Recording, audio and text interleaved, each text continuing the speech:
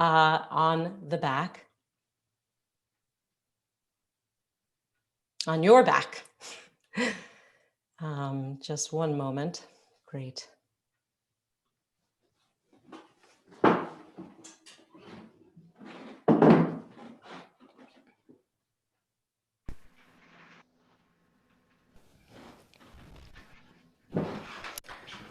So beginning on the back, laying out long, you could extend your arms and legs in opposite directions. Take your arms overhead if you're able. If the shoulders limit you, maybe you might just take them towards the ceiling or out to the sides. Just stretching the body like a starfish, opening up on the inhale, lengthening fingertips and toes, and on the exhale, just drawing forelimbs back towards center. Let them just drop back towards the center. Inhaling, filling the lungs, filling the torso. Holding for a moment and then exhaling, just let the limbs be easy. Let the body be heavy. And one more time, inhaling, lengthening in 4 directions. Pause, feel the fullness of the inhale, exhale, and allow everything to gravitate back towards center. We'll take the right knee in towards the chest, give it a hug. You can keep the left leg extended long, or if it feels more comfortable for you and maybe for your low back, feel free to keep the left knee bent with the sole of the foot on the floor. So hugging that right knee in. See if you can bring your attention to the right hip. This whole complex ball and socket joint. And as you hug the knee towards the chest, see if you can work a little less hard through the hip and buttock muscles.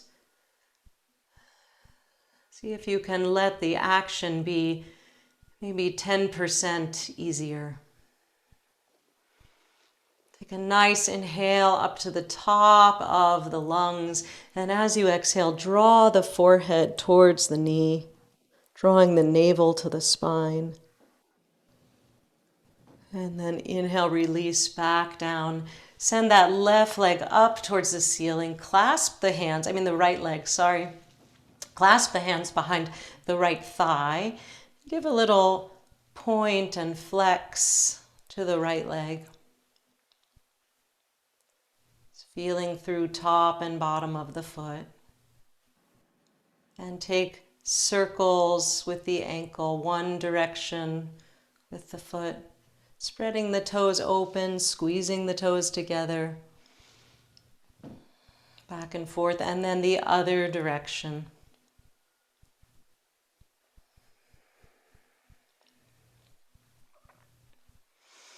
Extend the leg towards the ceiling and flex the foot. Send the heel up, draw the toes back towards the forehead. And see if you can work towards straightening the knee. And again, wherever you are, you may still want to keep a bend on the knee.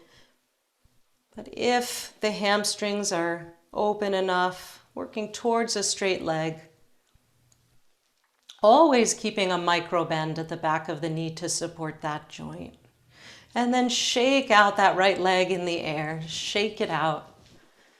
Bend the left knee, place the sole of the foot on the floor. Cross the right ankle over, making a number 4, a figure 4. Thread the arms through, draw the legs in, and clasp hands behind the left thigh as you draw this figure 4 toward you. Once again. Feeling into sensation in the right hip, the right buttock. And you can control as you pull in the legs how much sensation you would like to feel into. Just trusting this process that as you listen to your breath and to your body, you can trust your wisdom to know what's right for you right now.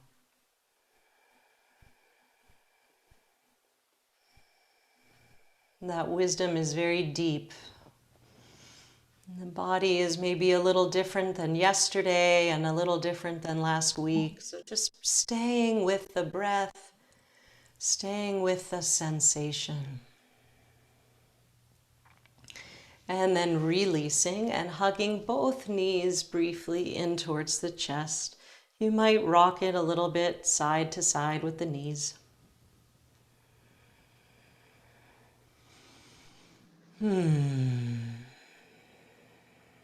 Encouraging any sound on the exhale, a sigh, or a ha, opening the mouth. Just allowing any tension to leave the body. And then we'll hug the left knee to the chest, extending the right leg long or keeping the right knee bent.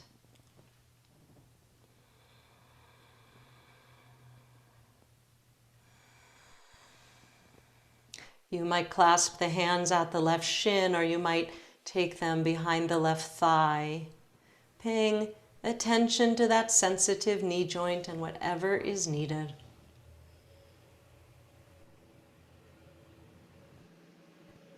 As we're landing here in our practice this morning, putting attention to inhale and exhale. The miracle of this body breathing. Take a nice inhale. As you exhale, draw the belly to the spine and the forehead toward the left knee, lengthening as you come up, long through the thoracic and cervical spine. And then lowering down, extend that left leg up towards the ceiling.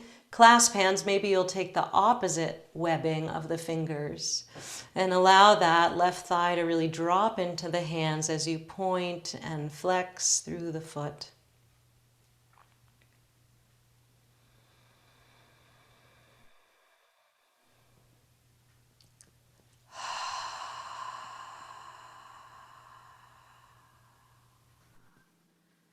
And take circles, one direction,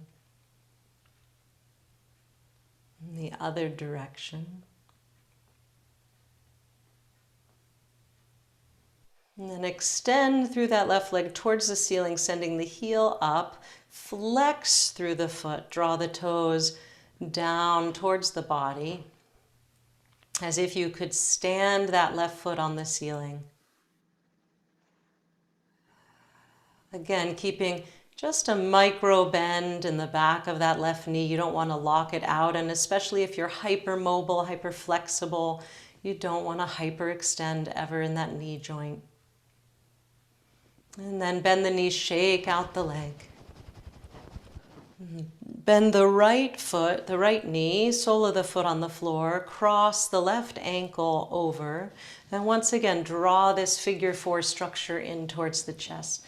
Thread the arms through, clasp hands. Again, you might take the opposite webbing to the habitual pattern as you draw this figure four in.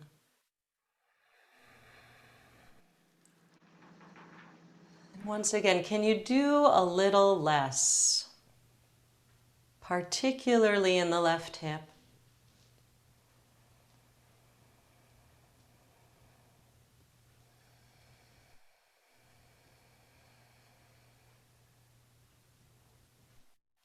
Do a little less, trust a little more.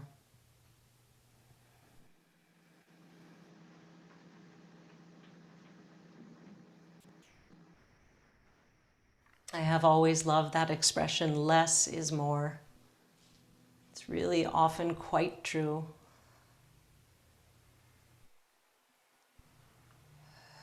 As you exhale, allow the weight of the body to surrender to the floor, to really just drop in. And then release. And once again, hugging the knees towards the chest. You can take them in close. You could take them wide in a happy baby towards the armpits with the feet wide, holding on to the outer blades of the feet.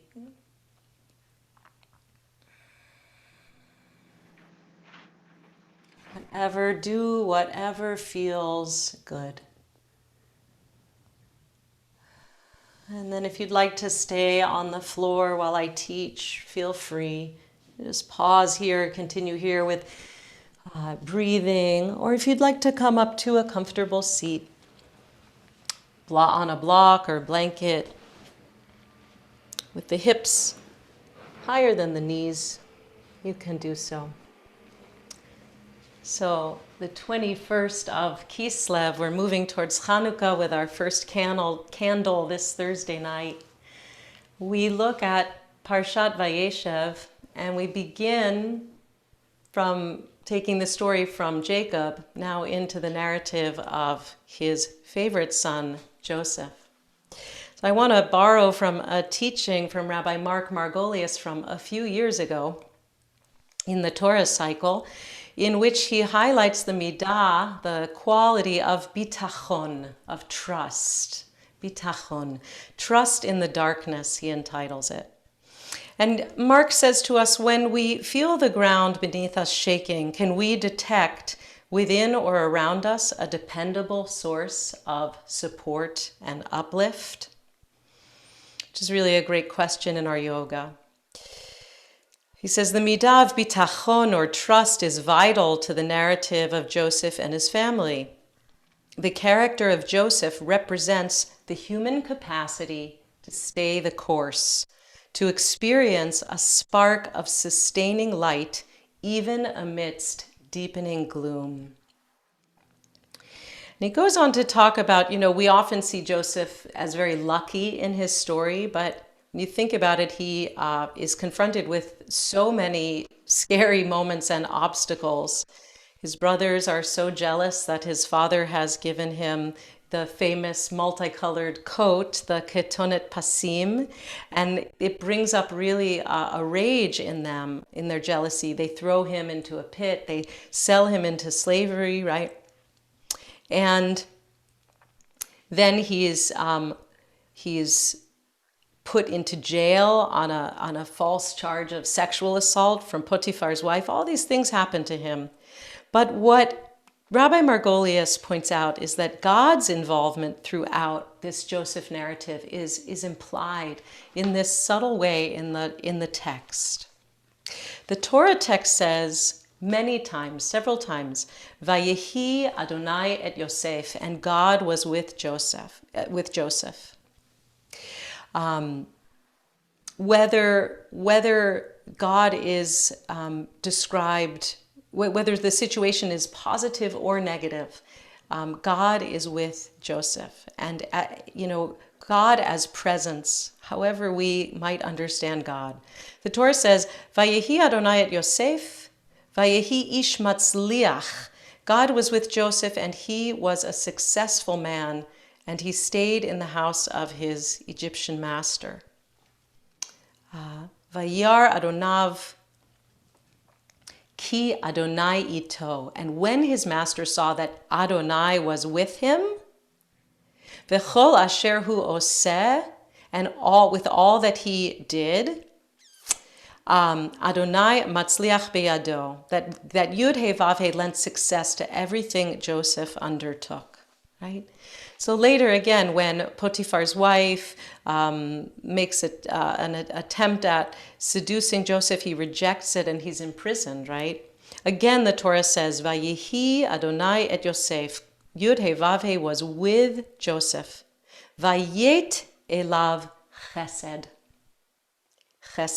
and showed loving kindness to him, and gave him favor in the sight of the chief jailer. A couple verses later, the chief jailer did not supervise anything that was in Joseph's charge because Yud-He-Vav-He was with him. Ka'asher Adonai ito. And again, Va'asher hu oseh Adonai matzliach. Whatever he did, Yud-He-Vav-He made successful. One more instance when Joseph is interpreting dreams for his fellow prison mates. They say to him, "We have dreamed a dream. There's no one to interpret them." And Joseph says to them, "Halo lelohim pitronim saprunali." Don't interpretations belong to God? Tell me your stories, right? So always Joseph is maintaining bitachon, a trust, perceiving a hidden redemptive dynamic at work in the world and in life. He is to make manifest the light concealed in the shadows. So too Hanukkah, right? Making manifest the light concealed in the shadows. And Rabbi Margolius goes on to tell us, in lighting the Chanukiah, this is a teaching that we do not create the light. We do not create the light. We are only manifesting, in lighting the Chanukiah, manifesting our own bitachon, our trust in the existence of light in the midst of darkness, our capacity to reveal it in the world through words and deeds. So Joseph models the midah of bitachon by perceiving, trusting, making manifest the seed of redemptive light sown in the darkness of exile. Bitachon therefore involves combining intention and effort with sensing and underlying supportive structure and process. I'll read that sentence again. This is where it really pertains to our yoga. I think there's a beautiful bridge. Bitachon involves combining intention and effort with sensing and underlying supportive structure and process. So in yoga, we show up. We trust this process. We trust its time-tested truth. And we rest in the merit of our teachers in this practice. We also trust that each day is going to build successfully on the last one to a gestalt, right? So that each day we show up to the mat, no matter how we feel, or each week, however often we practice, we show up with the best we can, knowing sometimes it goes better, sometimes it goes less good in the heart and the body. But setbacks are okay. They reveal a lot of truth for us as we go forward. So very lastly, the Musar teacher, Dr. Alan Marinas, observes that a heart cannot hold both fear and trust simultaneously.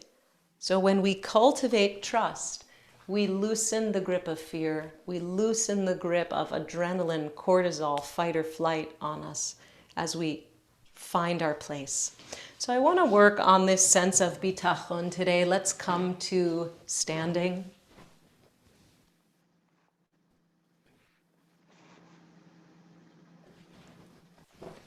Sorry, I see the chat and I wonder if I need to check on it. Here we are in mountain pose, the most trusting pose, the most solid, the most firm.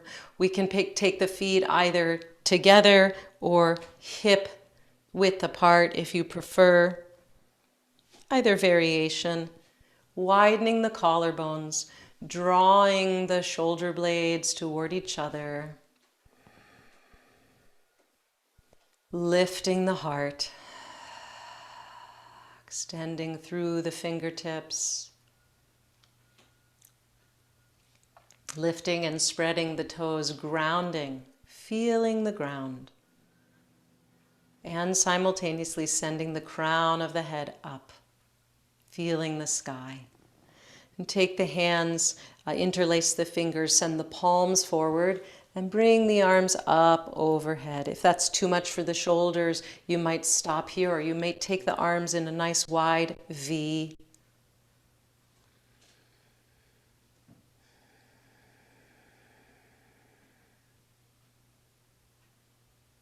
If you're extending the palms, sending them upward, spreading them upward towards the sky.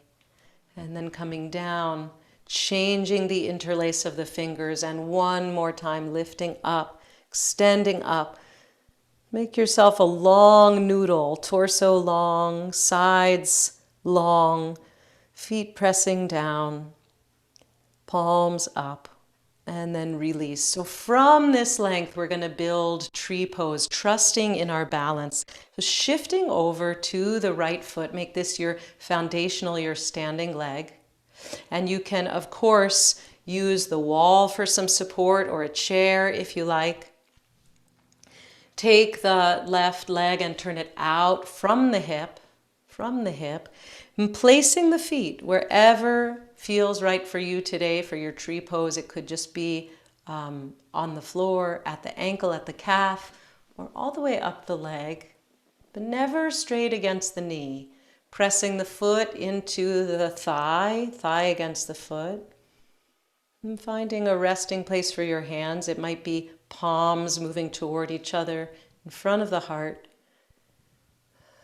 Find a soft gazing point. And soften the eyes. And bitachon, an assuredness that even if I fall out of this pose, I can still trust that I can get back in. Try it again.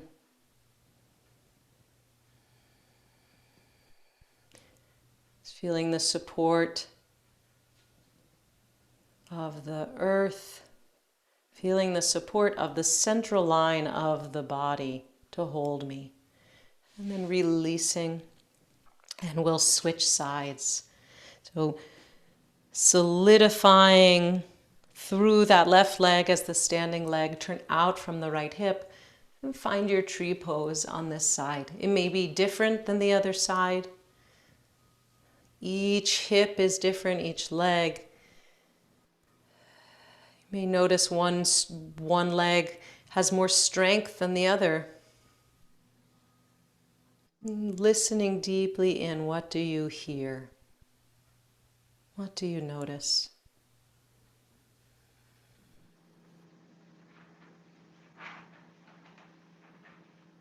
And then releasing, taking the legs nice and wide, turning the left toes in and the right toes out. Front heel in line with the back arch. We'll look at warrior two. Again, the same shape in that front hip. Inhaling the arms to shoulder height, palms face down, fingertips extended. Exhale and bend through that right knee. And let's come in and out a couple of times, just finding some ease in this movement, tracking the knee forward and back. And then finally, inhaling deeply and exhaling, settling in for a couple of breaths.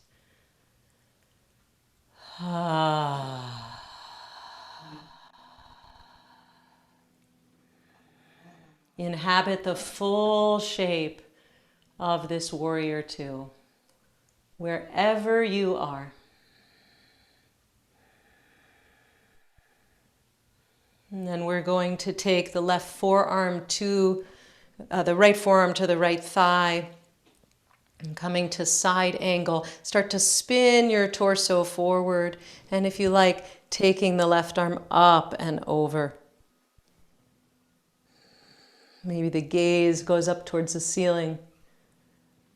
Lengthening one line from the outer back foot up through the fingertips. And then inhale, bring the whole thing up. We'll turn the feet and we'll take the other side. Right toes in, left toes out. Inhale. Exhale, bend through that front knee. And again, coming in and out a couple of times.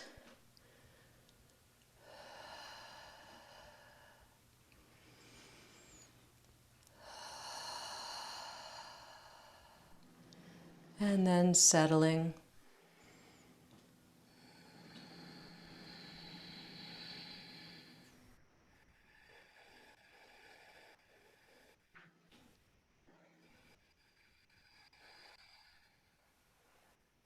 Feeling the fullness of your 2 lungs, of your whole rib cage.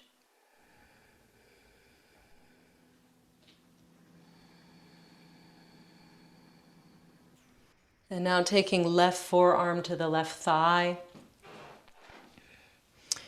Extending long once again through the torso. And then if you like, taking that right arm up and overhead, fingertips extended.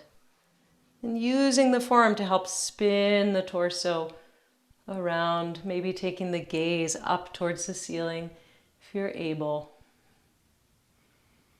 And then inhale, come on up. So both feet nice and wide. Turn the toes in slightly. We're going to take a forward fold. Hands to the hips. Inhaling, lift the heart, draw the elbows back toward each other. And exhale, fold forward. You'll take your hands to the floor or to blocks or to a chair. Inhale, lengthen the spine long. Exhale, folding forward. And again, you might rest your head on the chair, on the block. Fingertips are in line with the toes as you fold over. Lift the sitting bones as you ground the heels.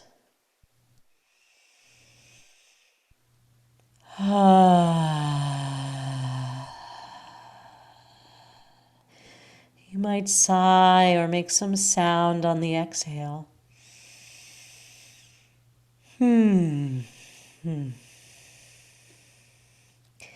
Inhale, press into the hands, lengthen the spine 90 degrees.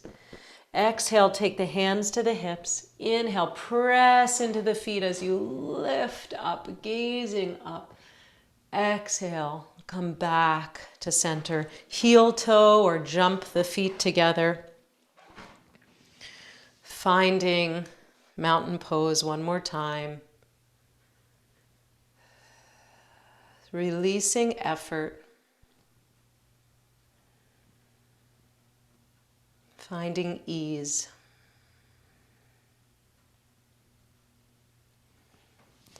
We'll take one more standing pose, the dancer.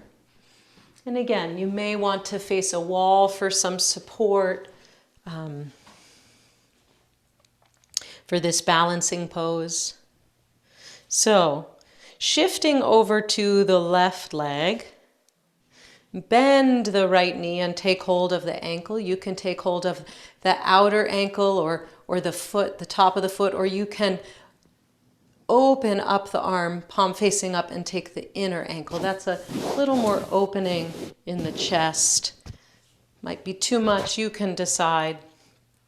You can also hold the foot with a strap if the hand doesn't reach, right? So maybe you'll just even pause here, take a hand to the wall and find some balance. Maybe you'll extend the left arm up. Inhale. And as you exhale, kick the ankle into the hand. It's that kicking action that helps you to dive forward, folding over the leg, extending forward through the left arm. And again, you may want balance with the wall in front of you or a chair. Keep the gaze easy. Standing leg firm. Again, and come out and in as you're ready. And if you fall, just try again. And pause in between. Notice. And we'll take the other side. So shifting over to the right leg as your standing leg. Bend the left knee. Just find the balance right there.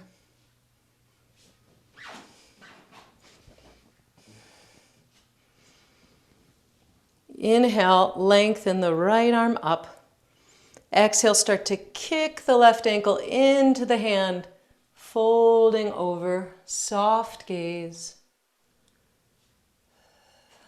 Find that bitachon, that trust, that reaching for the light, the openness, the open heart. And then inhale to come up. Pause, once again finding mountain pose.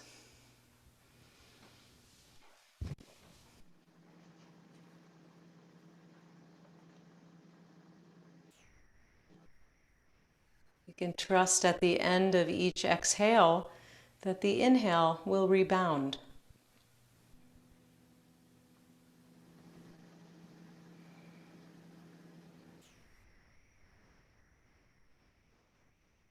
And then we'll come down to the floor. You might want a blanket for some support. I'm going to show you from the side so you get a little bit of sense of the spine and the low back. If the hamstrings are tight and you have a strap or resistance band, that might be something that you'd like to work with. So first of all, we're going to bend the knees and take the soles of the feet together and the knees out to the sides. We'll just work on sitting up. So we might take the hands behind us, press into those finger tops and lift the chest, lift the spine. Nice and tall.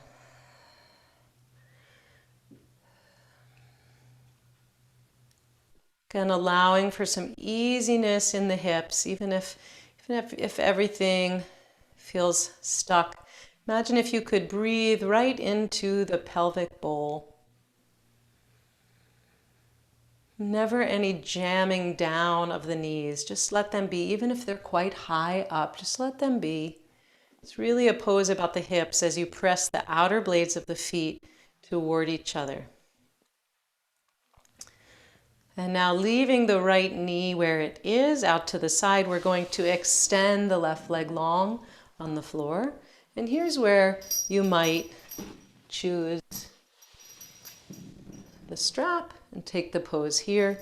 What I'm really looking for is a lot of openness and length in the low back. Right?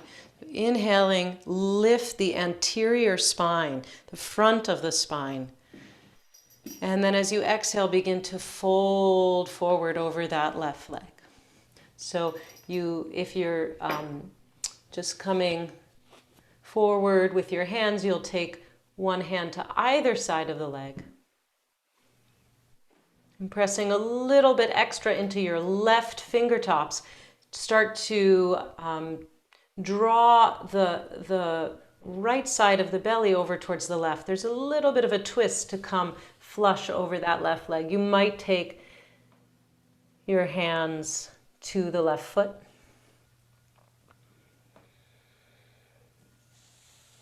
Just working wherever you are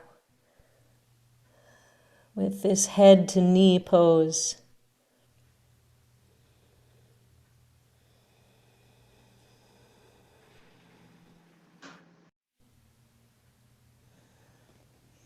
And then slowly coming on up. And take your hand to the outer right knee, draw it up to center. Extend it long. Open the back of the knee along the mat. And then take the left knee up and out to the side. So taking the other side. So once again, you feel that you have to sort of twist the body a little bit right to square over the right leg. You can use your strap or you can just fold over. Inhaling, lifting the front of the spine, lifting the heart, and exhaling, beginning to fold. And again, if you're on your fingertips, pressing a little more into the right fingertips to twist gently over.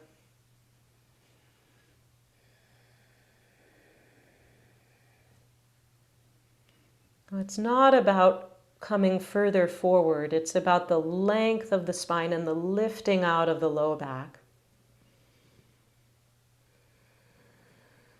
We want to go gently with the sacroiliac joint in the low back.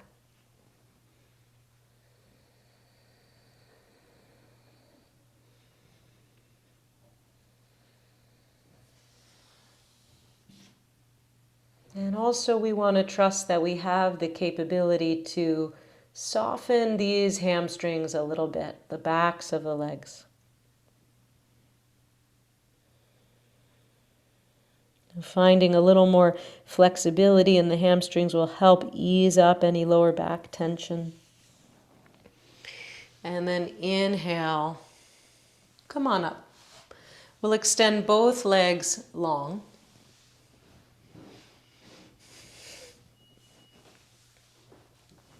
And you can also, if you prefer, put a little something over, like a blanket roll under bent knees. It's an option. And once again, we're going to work with a forward bend. So possibly using the strap. I just want to offer you many different options, variations. I'm going to inhale and lift tall. Once again, grounding the sitting bones, lifting the crown. And as we exhale, folding forward. And we'll come in gently and we'll stay a little bit. So nothing, no jerking, no quick. Just take your time. If you have blocks or a chair or something like that handy, another option is to lay the forehead down.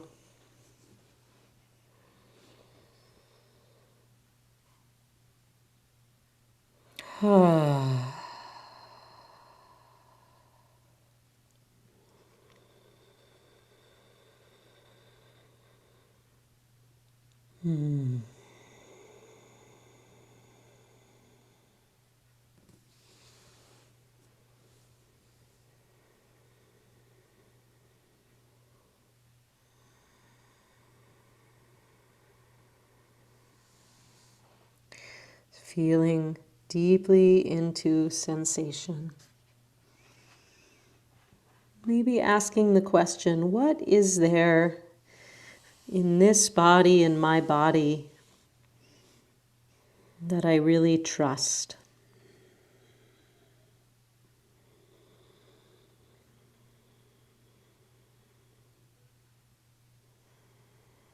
That I really connect with, openly and wholeheartedly.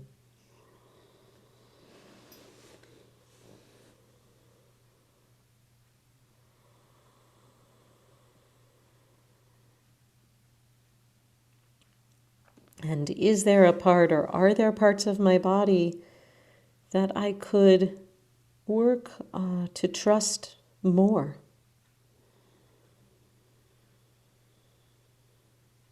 Places where I might dissolve some fear.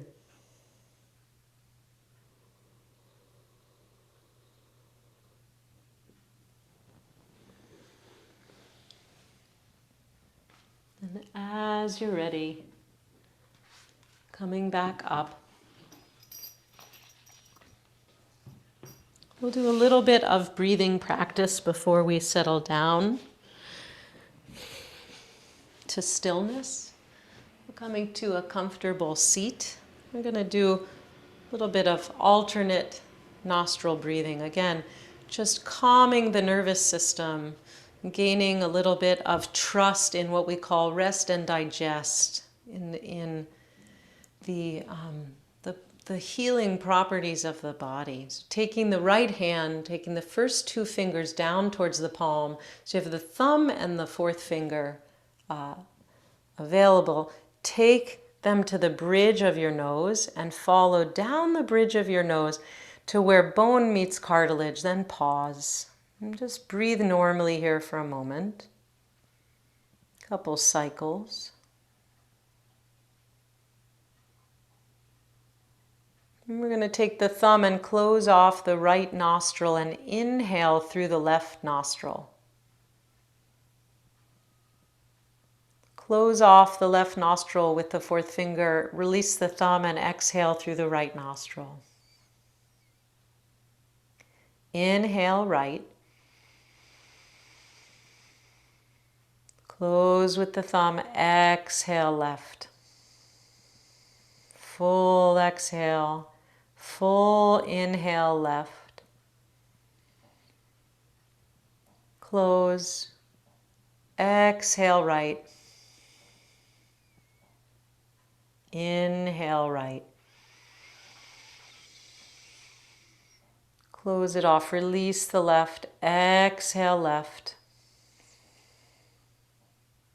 Inhale left.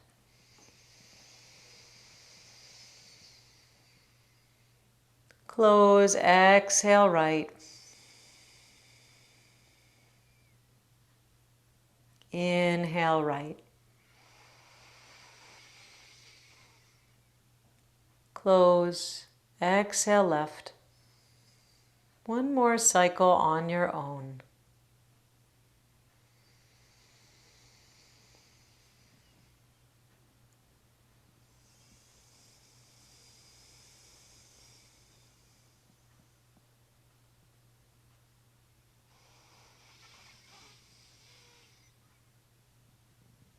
Completing the cycle with the exhale through the left nostril. And then bringing the right hand down, allowing the breath to return to a normal breathing pattern.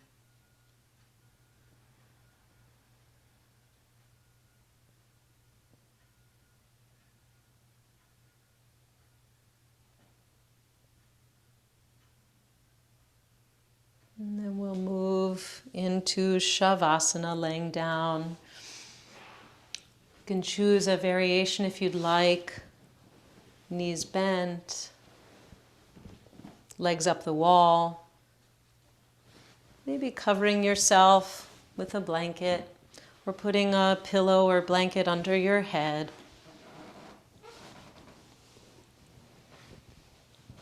If you want to get really luxurious, maybe you have an eye pillow. Taking off your glasses if you wear glasses. Snuggle your shoulder blades under you.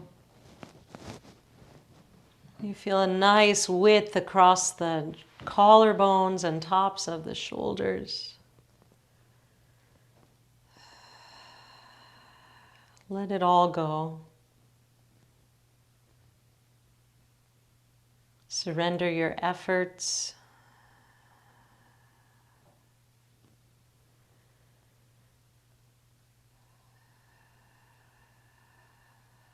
Shavasana is the great bitachon, the great trust that we've made the effort, we've done the work. It will serve to the benefit of all beings. And we can let it go. It's taking a few minutes quietly, know where to go. Nothing you have to do.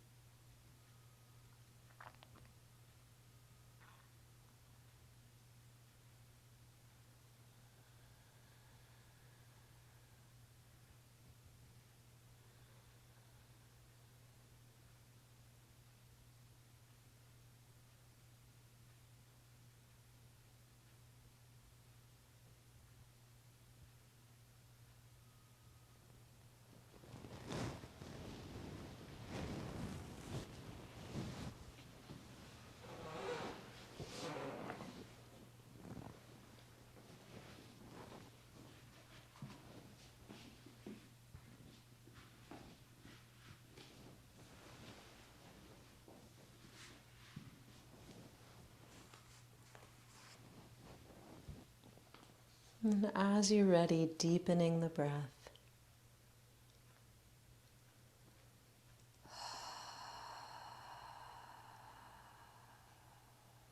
Wiggling the fingers and toes.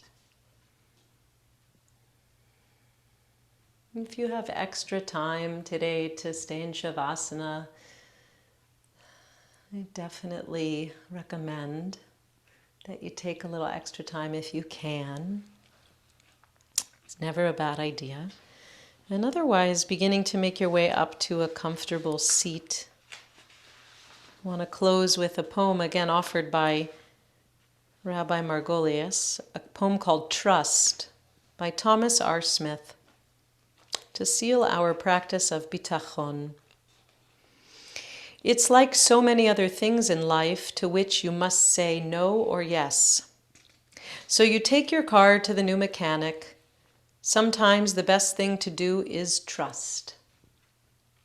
The package left with the disreputable-looking clerk, the check gulped by the night deposit, the envelope passed by dozens of strangers, all show up at their intended destinations.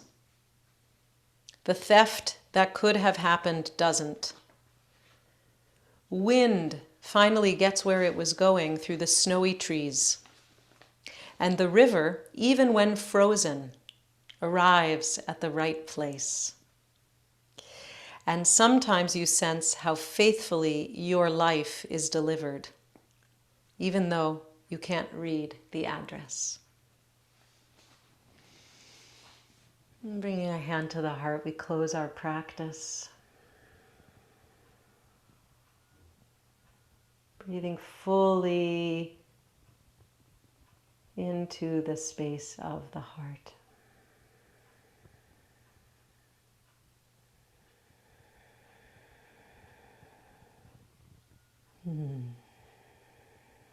Allowing the eyes to open, lifting the head. Shavua Tov. Thank you so much for taking your valuable time and spending it with us in this wonderful yoga community. I have a couple of important announcements that I want to share. One is that IJS has a beautiful Hanukkah retreat coming up this coming Sunday. I'm going to put the address in the chat. There it is. It's a 3.5-hour practice, 12 to 3:30 Eastern Time this Sunday, December 13th, on rededication, resilience, and renewal texts and practices for Hanukkah with several beautiful of our teachers. The second thing is I want to share my screen with you and take you to how you can find yoga resources on the IJS website. So what you do is you log in. Many of you have been asking this. So you log in, and that's important. You have anyone can sign up. So you log in, and then you go to your dashboard.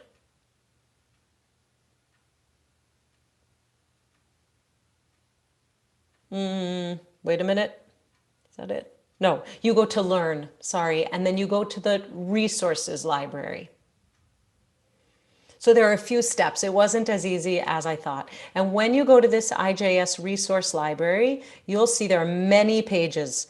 And I think that yoga is here. Yes, at the end of the 5th page, you see we've got Bereshit, Noach, Lech Lecha, and Vayera. Those practices are loaded. You can also go to the Shofar project area, and there are 4 more practices there. So there are 8 practices for you to have yoga on the off days. I hope that's helpful. And I'm here for a few minutes if anyone has questions about today's practice or any thoughts or reactions to today's practice. And thank you for being with us if you're heading out. Much love for this week, and Chag Urim Sameach, a happy Chanukah.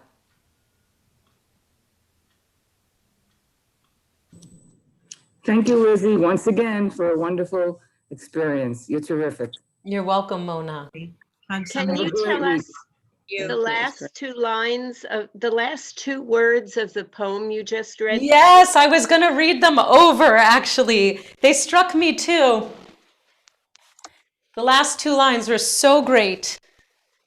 And sometimes you sense how faithfully your life is delivered, even though you can't read the address. I'll put it in the chat. It's that's lovely. Thank you. Really is. Trust by Thomas R. Smith, I think. Yes. Is there a way to transfer things from trash to our own storage area, like in my notes? I don't understand the question. Okay, in Do you, the chat, do you mean, oh, in the chat, I can read it now, but I can't keep it. oh, I think if you control paste it into your own notes or a Word document or something. So you can just cut and paste. Yeah, you can cut and paste, copy and paste. There's Thank three you. dots. There's 3 dots on the chat. If you click on them, you have an option to save the chat, and it'll save it in your computer, It'll save the whole chat? the whole chat, Wow. whatever you were present for. Wow. Okay. Thank you. You're welcome. Lizzie, can I you don't see where the share 3 dots are for the chat, sorry. It's by the last, it's at the very bottom of the chat next to the word file to the right. Yeah. I'm on a phone and I don't have the same